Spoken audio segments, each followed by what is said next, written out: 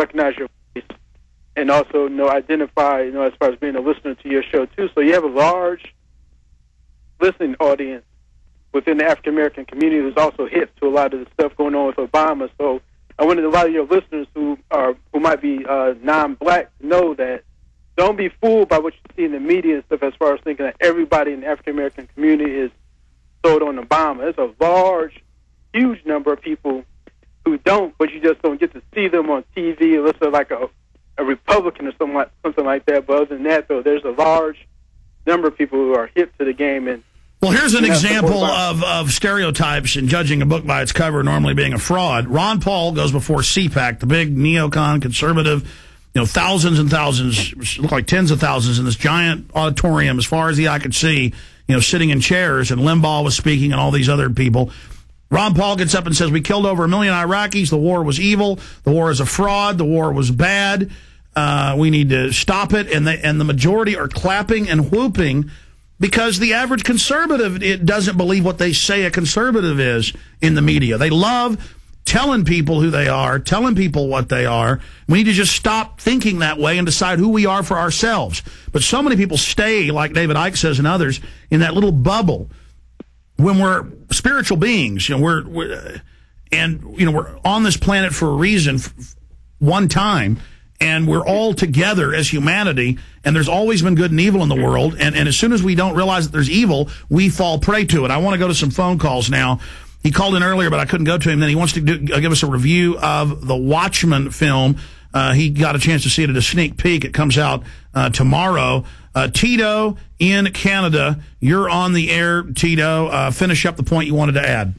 Okay, great. I mean, just to make one thing clear, I don't really feel comfortable giving a full review of the movie. It doesn't come out till tomorrow, so I'd really like to preserve... Okay, whatever. You said you wanted to talk about the movie, so I'm giving you a chance to. Whatever. Yeah, no, I appreciate it. I just wanted to let everyone know that it's a great talking point for those people who may not be familiar with the false flag attack, and it brings up a lot of... This movie touches on basically so many things that we talk about here on the show, and so many things in the truth movement, whether it's the one conspiracy figure who is trying to get the truth out and fighting against the New World Order, even right till the end, to never compromise, even in the face of Armageddon, and that's a message that we can all take to heart as well.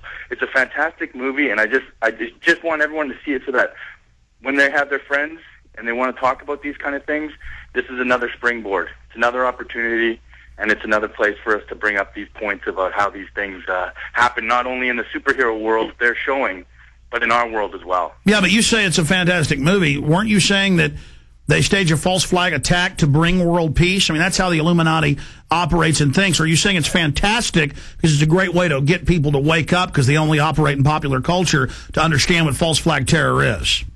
That's true. And secondly, the movie doesn't necessarily say that this is the right decision or a good decision, and allows the viewer to become engaged and sort of question what they're seeing, and the motives behind it. It surely doesn't paint it in a good picture. Okay, let me ask you this question, and then I want to ask Mr. Williams this question. Marcus Williams, our guest, Nubian Bookstore owner outside Atlanta, Georgia. Children of Men and scores of other films the last couple of years come out. V for Vendetta. The government's putting the deadly bioweapon in the vaccines to bring in martial law. The government sterilized the people. The government staging bombing attacks to bring in control in the film Children of Men. All these, and I've gotten a chance to actually know some high-level Hollywood people, and I've seen the tribulations they've gone through trying to get the truth out because there's a group above Hollywood controlling them and threatening them, even threatening their families and doing smear campaigns. So I do know that all of Hollywood isn't controlled, but when I talk to them, they tell me who is controlled and admit the Pentagon and CIA. I've had the X-Files folks on, Dean Haglund, saying the CIA planted the story of flying a hijacked jet in the World Trade Center. The government uses a drill to make NORAD stand down. Exactly what happened on 9/11 aired 6 months before. So it's not all just one monolithic thing. Do you think, Tito, and then Marcus, do you think that this is a rebellion in Hollywood, or is this revelation of the method where they're subconsciously conditioning us? Why do you think so many of these movies are coming out now I mean, almost every science fiction or action movie, the last Die Hard movie, an evil guy in the government staging a thing to cause a fire sale to blow out the economy. What do you think's happening, Tito? Well, I think, first of all, for Watchmen, I mean, it was written in 1985, so it takes that sort of political, still a little bit with the Cold War mentality behind it, and so and we're looking at it after. But notice how we're entering. Notice how we're entering back into that now, though. We're going back into the Cold War. It is very sophisticated. Go ahead. And I just feel like the movie is set in a different time, and it uses superheroes in place of government, because in this movie, essentially, the superheroes act on behalf of governments, sometimes, and even bigger than the government when they take in their full power over the world. And so, while it doesn't come out and necessarily say, hey, governments can do this or that, it puts the idea in your head that these people who may be benign appearing and wanting to help the world, sometimes in their cold logic, make very horrific decisions. Yeah. All right. Thanks for the call. The rest of us. Thanks for the call. I'll do a review coming up Monday. I'm going to see it Saturday with some of the guys. It's somebody's birthday here, so we're going out. A rarity. We're kind of celebrating the Obama reception's done. Take a few nights off and actually go out and eat and stuff. We do that. But that's what the higher level Illuminists, Masons, Rosicrucians do, is when people love these archetypal superheroes, those are taking the place of the angels, the gods they worship at Skull and Bones and other things. And so that's that message they're giving. Give us your take on this, Marcus.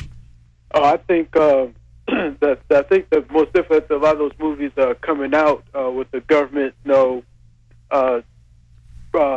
I guess, evil things against the public. When you guys were talking, I was thinking back to the whole Oklahoma City bombing where I think it was the governor's brother, so was the governor or the mayor who had wrote a book. Yeah, the governor's brother wrote a book, right, where a Tim McVeigh bombs the federal building exactly as it happened. Go ahead.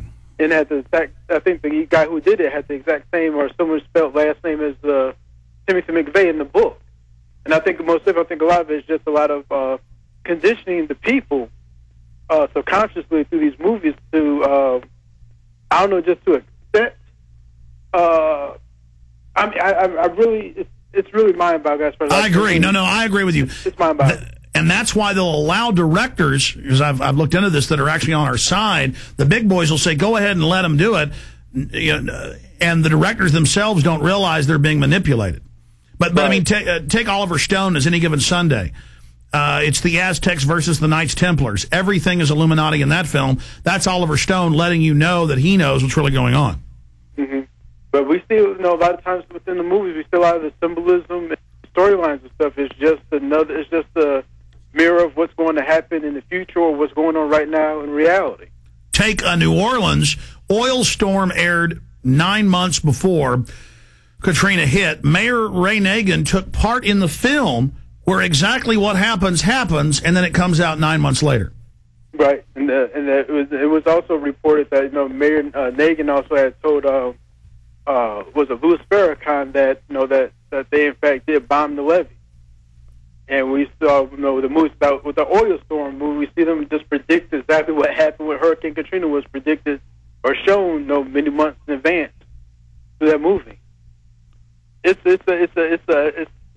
really crazy out. It's just these Luciferians are magicians. They believe in magic. They believe in numbers. They believe when you read. And I've bought the official black magic books that been republished for 500 years and read them. And they call it lesser magic. They believe that by showing you what they're going to do first, that gives them even more power later. The Native Americans called it counting coup. They would have a little soft club, and in a fight, if they were really a big warrior, especially in fights within the village, to test, if somebody wanted to challenge them, they would do death blows repeatedly.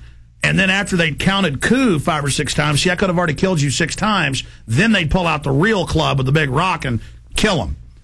So this is counting coup.